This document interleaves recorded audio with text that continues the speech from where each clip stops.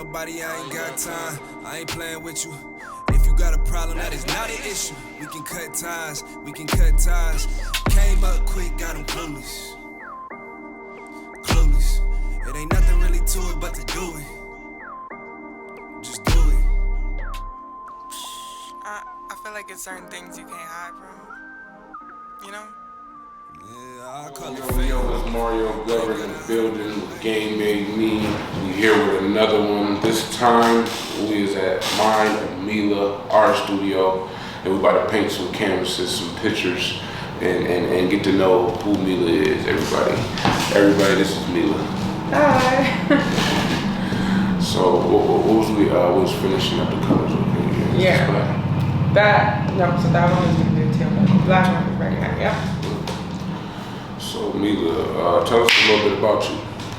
Well, I grew up in Lansing, and I just came back here at the beginning, of the pandemic. And yeah, I'm just trying to make my own way now that I'm back here. Get some art out in the community. Yeah, so how long have you been doing art for? Full time since 2018, but I have always been interested in art. I used to come here to the art center when I was little, and when I was 8 years old. So this is a very special place to me. What inspired it? What, starting the art career? Yeah, just wanting art, to even come to the art studio at 8. I mean, to be so young, to want to actually get into art, what made you just like the pictures, the colors, was it? Yeah, I feel like when I was a little girl, I was always around creative stuff. Like my dad taught me how to draw, things like that. So whenever there was an opportunity for them to get me into something that was artistic, they wanted to do that, because it's a good outlet, healthy outlet. Mm-hmm. But then when I started taking it more serious, that was really it used to be a little joke that I tell people at my job, oh, I'm gonna retire by the time I'm 26 and I'll paint every day. And then here we are, I'm 26, and that's what I do every day. What was your previous work experience? So when I lived out in Detroit, I did some modeling stuff, and then I was working in hospitality when I was in Miami, so I was a bottle service girl. So I worked at Fontainebleau, where Club Live is, and where they have day parties, and I was down at the pool. So it wasn't really a career, but it was definitely fun for the time being. Right. And yeah, I mean, that's not I don't want to do that my whole life, Yeah. So I got into property investing a little bit, and then I just decided one year there was a really bad hurricane, and we were out of work for 2 weeks, and I'm shit, I didn't have any money. So I messaged people on Snapchat, and I was like, hey, if I draw a picture of you, will you tip me? And people started sending me money. It's oh, well, I can get paid for this, and it's not that much. Let's see what else we can do. So yeah, really just kind of spun off of that. What was the biggest tip that you received, just that really just did it for you? Okay, I really, I like this. I wouldn't even say it was money though. I feel the people's reaction. So when you have something that's created specifically for you, it's a lot different than going to Target or Walmart or somewhere and buying art. That's always going to be special to somebody. Or a lot of times I have people approach me, and it's for somebody who's passed away, they want to have some sort of memorial for them in their house. Mm-hmm. And that holds a really special place with people. Or just having art around can help with depression, can be empowering. So people's reaction is more so what I do it for than just the money, because you can do anything for money. But totally understandable, and that was a great response, I shall say, because it was rebuttal from money into something that you get a reaction out of people when you're doing something for somebody that they actually love, and that can help them prosper in ways that you wouldn't think art can. Yeah, that was one of the biggest questions that I got in the last year. Was oh, with the pandemic, how has your business been? And I was my business has been fine, because everybody's fucking depressed, Yeah. People need art, and I think that, we'll see how 2021, 2022 finishes out, but I think the arts got a lot more attention because people were on their phones. You know, people realized they missed concerts because there was nothing going on. So the only time you're getting new music is if somebody releases it on a platform, or just like all these really creative experiences that people took for granted, like aren't happening. So hopefully coming into, you know, there's like a new wave. Yeah.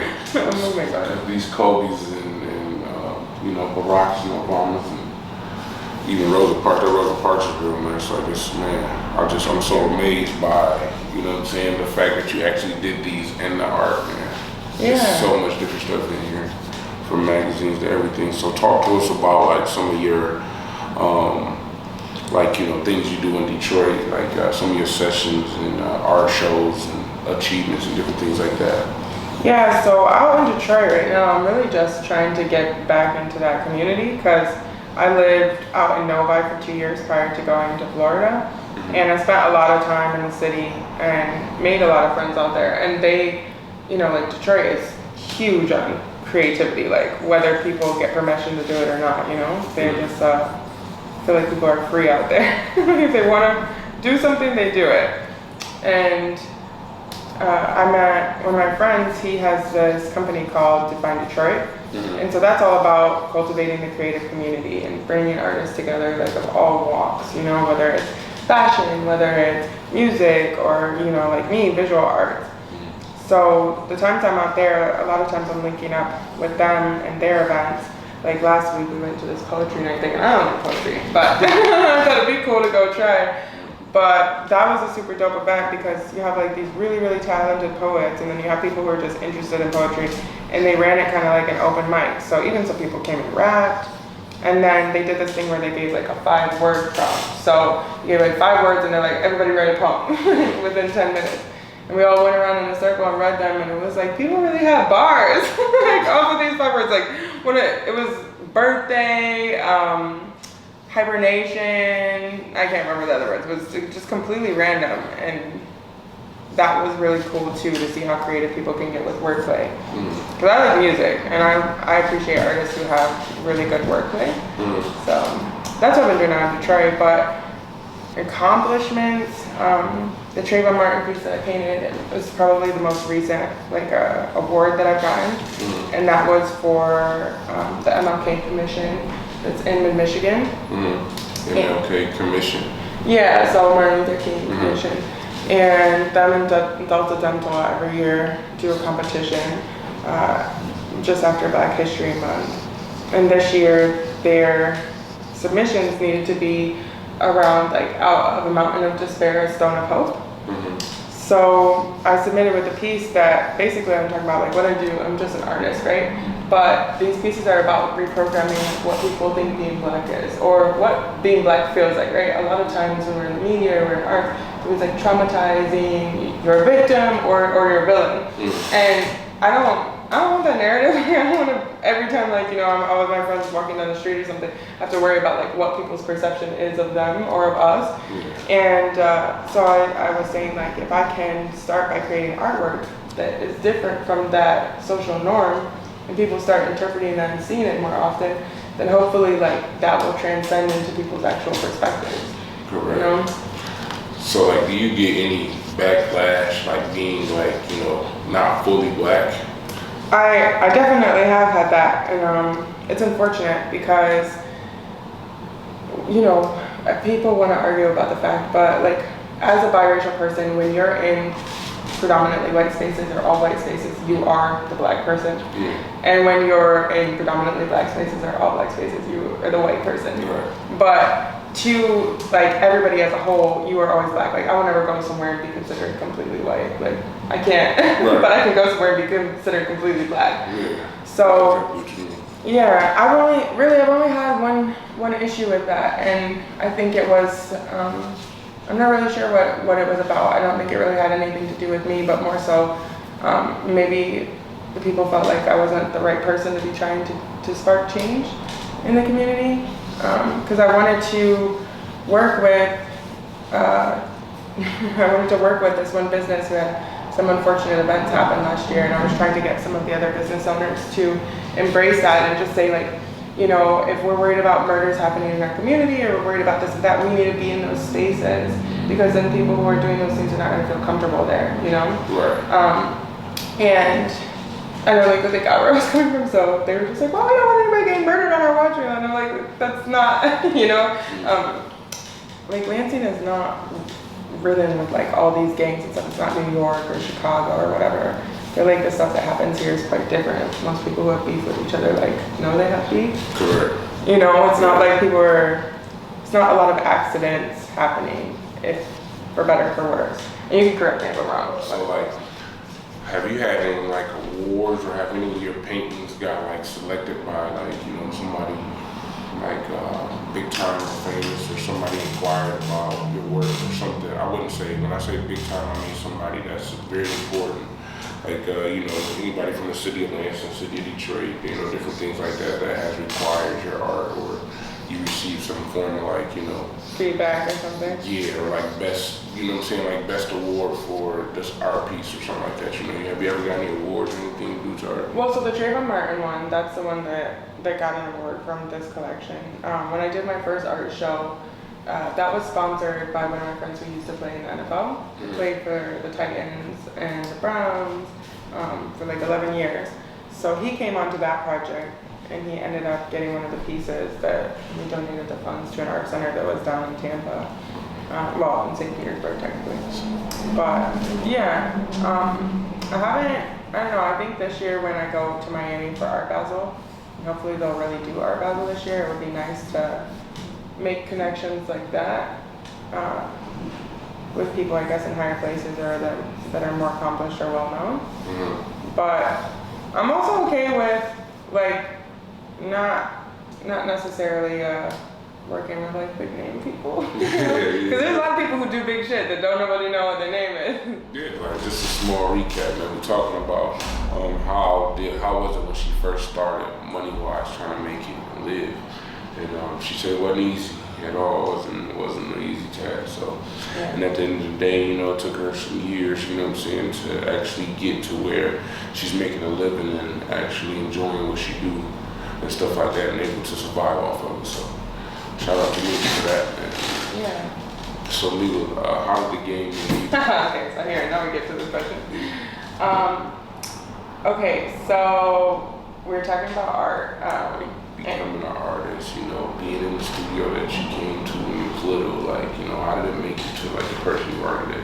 Yeah, I feel like a lot of what I was saying earlier is like a lot of my experiences that aren't necessarily associated with the art world morphed me into who I am. And then like I'm Mila, but I do art. You know, it's not like the other way around. It's not like the artist and then there's Mila. Right. So yeah, definitely like my experience in Miami taught me how, we were talking about marketing, taught me how to market myself even better than I was already. Because down there we're like selling luxury products and like luxury lifestyle, right? And whether people want to admit it or not, art is a luxury. People don't need art, even though they subconsciously need it.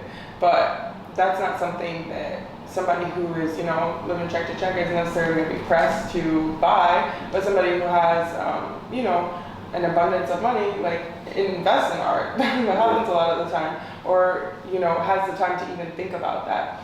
So when it comes to my business, I have to know how to market that. I have to tell people like, this is what you want, even though you don't know you want it. Yeah. And that's kind of like that Miami lifestyle, like transcended into the art thing. Like that's my art game. You don't know you want this, but let me tell you why you want it. Right. That's what's up. Or talking about it, and then people be like, you know, like how you're talking about your brother, and you're like, oh, the crowns, and also, like you found a reason that related to somebody that you knew. Right. I just had to tell you like, oh, the kings, you know, Right. like, just put it in front of you, and you figured it out. Right. So that's half the battle is like showing up, right, or like putting stuff out there. A lot of people won't put themselves out there, so nobody knows about them. Right. That's what's up, man. Yeah. And she all tapped in, man. Mind the Mila. Again, Instagram. She got a website. Very cool person. We made our art. Now we go ahead and turn our easel so y'all can see Super girly thing. our art. As you can see, this is me. Game made me in the flesh. Can't do nothing else. I'm just playing, man. Make sure y'all tap in, man. Go subscribe to Game Made Me. Go follow Mila. Go tap in with some of her artwork. Check out some of the things that she do in Detroit. Some of the movements she gonna be downtown, Lansing today, painting this whole week with kids, everything like that. Join the movement. Peace.